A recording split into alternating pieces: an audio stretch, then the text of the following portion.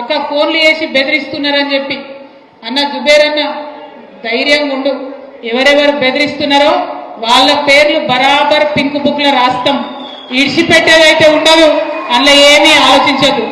KCR sir మంచోడు కావచ్చు, నేను కొంచెం రౌడీ టైపే, ఎట్టి పరిస్థితిలో ఇడిచిపెట్టుడు ఉండదు.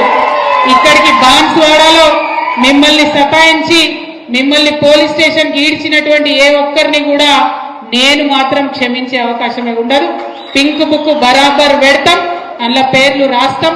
అది అధికారులు కావచ్చు, నాయకులు కావచ్చు, ఎవరిని కూడా వదిలిపెట్టాం.